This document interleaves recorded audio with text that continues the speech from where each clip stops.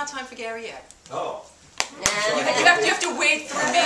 You have to wade through me first. You have to sit over there and stew a little while longer. Are you gonna belly? You can just sit and pretend that you're looking and listening to me while you're thinking about what you're going to say. No, I know, but then there'll be a test. But no, I'm kidding. Okay.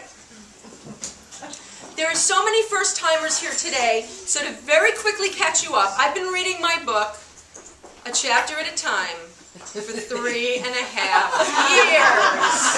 Is it published yet? No, Lynn and I are still having that conversation. I do have a publishing contract, which I've had for 2 years, but we're still arguing over the details. Because, but there's a reason for everything.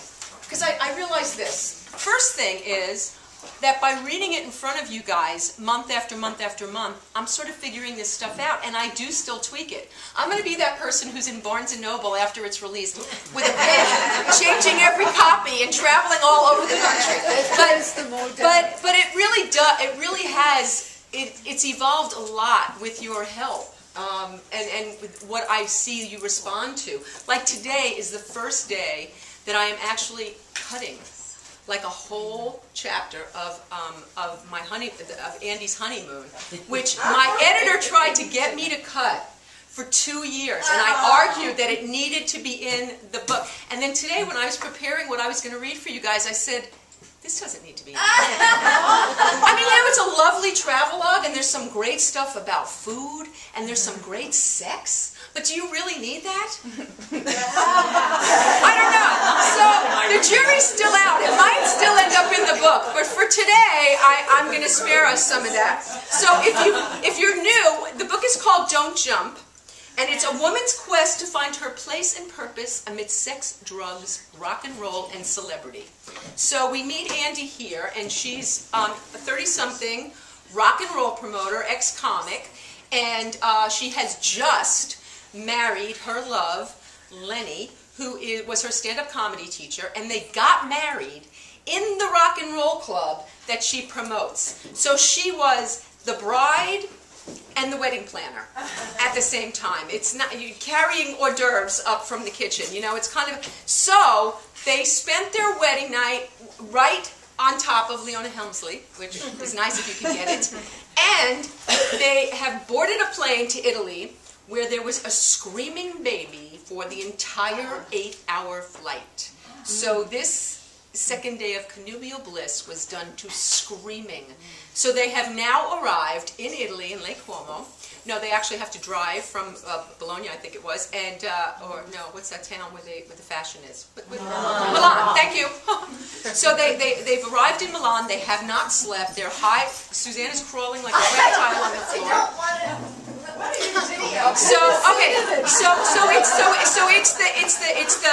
It's the next day. They're in Italy. They haven't slept, and they're newly married and in love. And the only other thing you need to know is that Ellie is Lenny's mom, and Samuel's his dad. Okay, they come up briefly. Okay, so here we go. We arrived in Milan at 8 a.m. I spoke un poquito junior high school Espanol, barely enough to help us in Italy.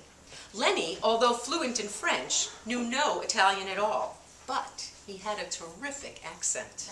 Very effective for jokes, not so much help in getting around.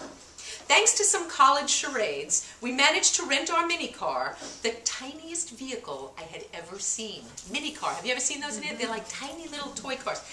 Having not slept a wink, Lenny was operating on pure adrenaline. I was little help. Phobic to drive in America, Italy was completely out of the question. The speedometer went to 175 in this toy car, and there were no discernible speed limits posted anywhere. Almost immediately, we came to our first toll plaza.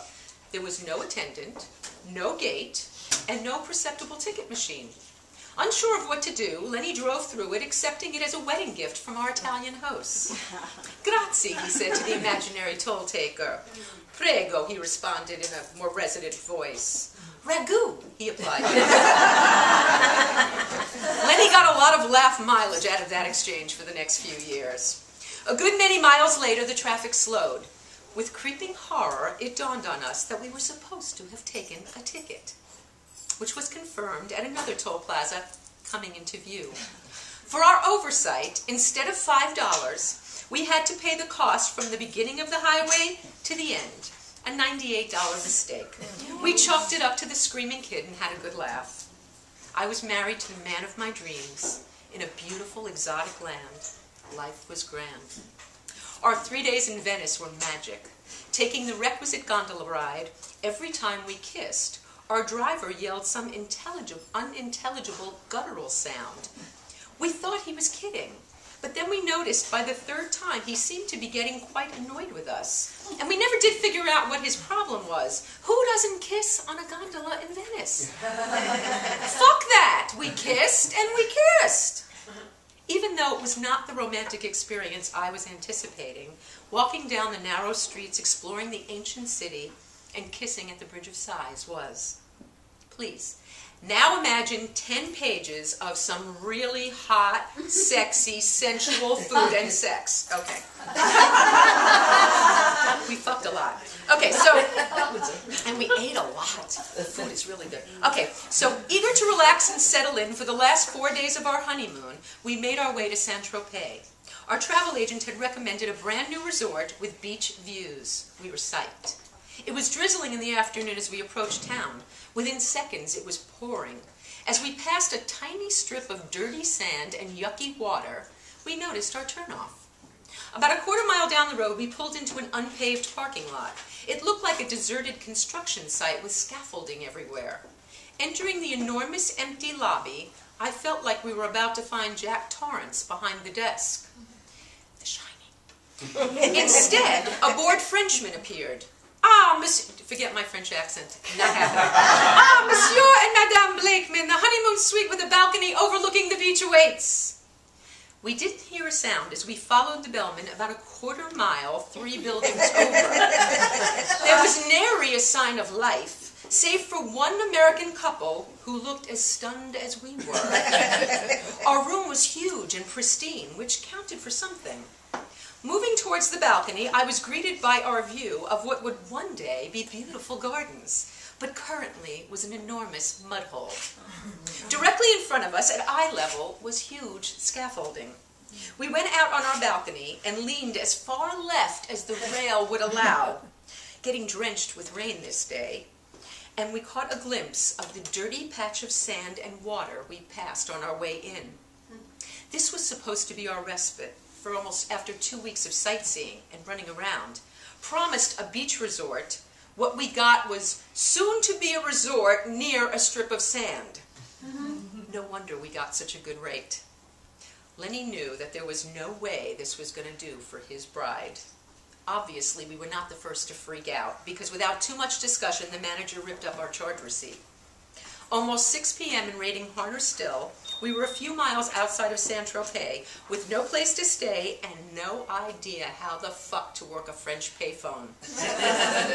We stopped at every hotel that looked decent as we neared the town. The first was Les Biblos, which was très magnifique. The only problem was, they wanted more than twice as much as we had paid anywhere else, and we paid a bundle. Gazing at Lenny with pleading eyes, he looked back at me with, "You must be fucking kidding me." On we drove to hotel after hotel in the teeming rain. Almost everything was booked or awful. It was pitch black with a moonless sky when we were tired and hungry. Barely speaking to each other, Lenny caved. Les Biblos it is. My perseverance had broken him. Insert the Les Biblos experience here, which was hot sex, good food. Unlike in Italy, where we were enveloped in warmth, generosity, and assistance, as well as encouraged to speak Italian, despite the stammering and the errors, in France, we were held in disdain. Lenny had not only studied the language for years, but had spent many a summer in his youth in Paris with Ellie and Samuel. He spoke fluently. A master mimic anyway, his accent was spot on. They were having none of it.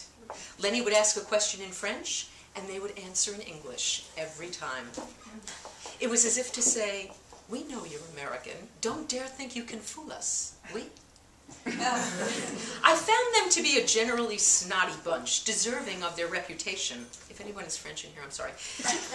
Prior to our honeymoon, Ellie had carried on and on to Lenny and I about going to Paris. As much as I wanted to, I rebelled against her suggestion as a means to reject her. She was really mean to me. You've missed that part. Thanks to my brilliant thinking, we went to France and bypassed Paris. That's kind of like going to Krispy Kreme and skipping the donuts. Lenny and I began building our marital life under a loving, nurturing cloud of smoke. We'd been through our share of dysfunctional, abusive relationships and were relieved to be free of the drama. Soon after the honeymoon, Peeps, the owner of Blue Room, the club that I was booking, started freaking out about money. He'd overspent and undercapitalized. It didn't matter how crowded we were, and crowded we were, he was too far in the hole to recover. It became my fault, or at least my problem. Knowing I was merely a scapegoat didn't relieve the stress. The scene of our wedding became a hellhole.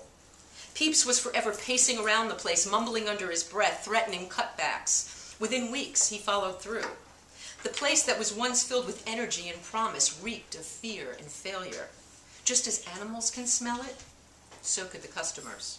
Once fighting to get in, they were driven out by the stench of doom. "We can't afford to pay you anymore, I'm sorry," Peeps said, head down, about a month later. Basically a good, straight-ahead guy, I knew he felt terrible. I was the one getting dumped, but my heart ached for him. "How about the last couple of weeks?" I asked, afraid to hear the answer. "You got off cheap with the wedding. Let's just say we're even." Ouch. I'd sacrificed a lot to take that gig. When Barry moved to head up the promotion department of a new record label, he needed someone to run it in New York. He was in LA. The job was mine if I wanted it, with Barry agreeing to match the money Peeps was offering, plus I could work at home and receive full benefits. After suffering the choice for a couple of days, my gut led me to the shot at New York club celebrity, and it worked in the short term. Blue Room had started as nothing. When I left, it was a hot spot, although not for long. 3 months after my forced departure, Blue Room closed. Rock Bar had died about a year after I left there. Buddy's was long gone, and IDO had lasted only 1 season after I split. Even the cafe had shut its doors within a year of my demise. I know I had little to nothing to do with most of it, but my bruised ego did think perhaps there was some validity to my Andy Stone relativity theory, or also known as Andy Stone's narcissistic delusion. Ambitious, hardworking, and failing were not a good combination. Ashamed and determined to prove myself, I immediately set out to find a new home. It wasn't about the money for me. It was never about the money. Always a fame seeker, I craved admiration and respect. What others thought of me mattered so much to me because I thought so little of myself. Lenny was still doing stand-up on weekends and teaching on Wednesdays. He had a fair amount of auditions and voiceover work, but he was around a lot. Thank goodness for love. I had a lot of fun in spite of my insecure career insanity. Pastor Pete was playing nightly at the Shangri-La. I managed him. One of the last original Greenwich Village clubs that featured the best of the hip in the 60s. Dylan was a regular back in the day. Now primarily a tourist trap, it catered to the bridge and tunnel crowd. Even though business was brisk and it was always filled to capacity, the owners sought to restore its once cool vibe. Pete suggested he might know a way to help them and me. The owner's son, Joseph, was a young Israeli with attitude who helped propagate the Jewish myth. He was loud, demanding, and cheap. Grudgingly, he gave me a shot. Thursdays were mine. Barely losing a week in the transition, continuity is essential in the promoting world. My crowd, ready for a change of scene, happily followed. A few weeks into my run, Julia freaking Roberts herself came in with her then-boyfriend Jason Patrick, and I owe her big time for that, even if it was unintended. It got me another column on page 6, quieted Joseph for a spell, and kept my gig running until I was ready to move on. The Shangri-La, despite its history, never felt quite right for me. Joseph was constantly unhappy. The room was stagnant, packed close with tables overflowing with too many chairs. The magic of my nights was in the music and in the mingling. The venue was not conducive to either.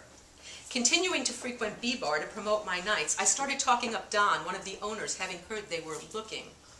B-Bar's Wednesdays, for years the definitive pro-jam, were slipping.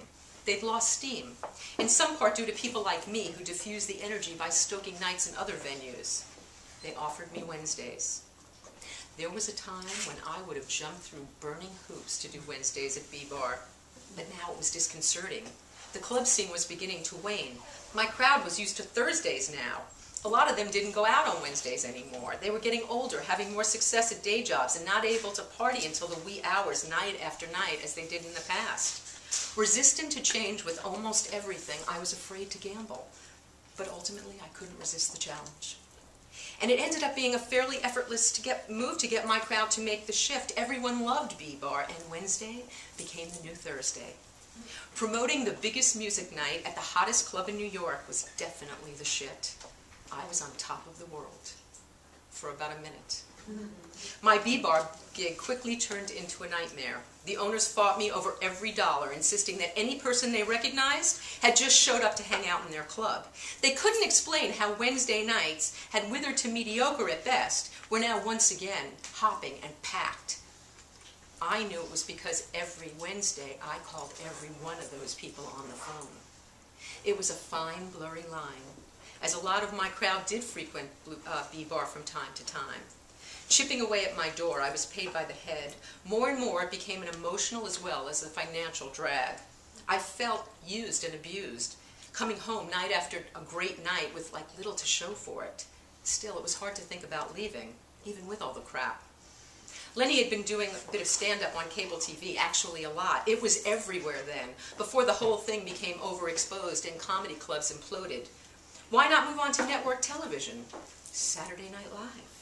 Lenny was perfect for it. He did hundreds of impressions, was a total chameleon, physically taking on the appearance and demeanor of his subjects.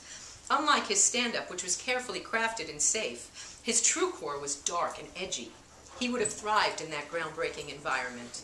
Saul couldn't make it happen. Lenny never even got an audition. What he did get were a few commercials that brought in some extra money.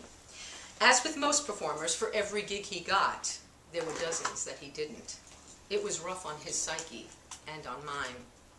He hooked up with a couple of guys who handled corporate events, and usually scored one of those a month, which nicely impacted our finances. Hitting a lucky streak, in a matter of weeks he scored a hosting gig for an educational network, and started doing warm-up for television shows that taped in New York. Life was full of promise.